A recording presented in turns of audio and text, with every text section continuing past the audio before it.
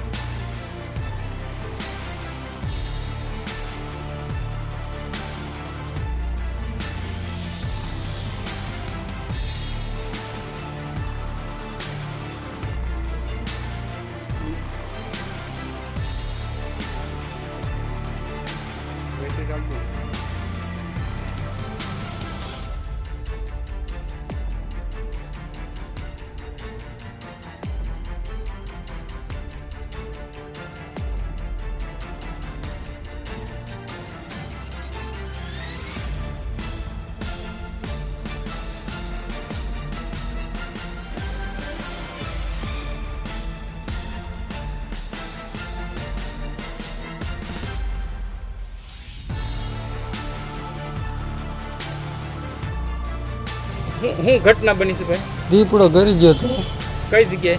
ખારી ગામમાં ઓલી સીમમાં સિવિલ હોસ્પિટલમાં આવ્યા. પછી શું થયું? ક્યાં વાગ્યું છે? હાથે લાગી. ઈજા કરી દે હાથે? પછી શું થયું? પછી દવાખાના સિવિલ હોસ્પિટલમાં આવ્યા બગીચા. શું ઘટના બની છે? શું થયું છે? હું વિઠ્ઠલભાઈ બોલું છું ખારી ગામથી. અમારે મજૂર વાડીએ રહેશે અને દીપડાનો આંતક છે. હવે સિંહ બાદ દીપડા એવા છે અને એક આવી બે દીપડા આવ્યા હતા અને એક ઉડીમાં ઘરી ગયો હતો રાતે મજૂરની, અને એને હાથે એજા કરી છે. હવે વન વિભાગ જો કંઈક કરે તો સારું. હવે કેટલા વાગે બનાવ બન્યો? આ રાતે 9 વાગે બનાવ બન્યો છે.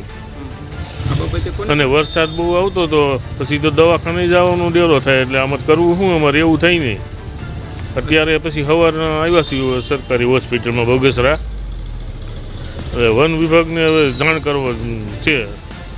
અમારા મજૂરને જો દીપડો હાથે એજા કર્યો હોય અને ગળે એજા કર્યો હોય તો ઉપાડી લે કે બીજું કાંઈ થાય. અને વન વિભાગની એવી માંગ છે કે હવે આનો તાત્કાલિક નિકાલ લાવે તો સારું એમ. બીજા કોઈનો જીવ લે એના પહેલાં થઈ જાય તો સારું એમ.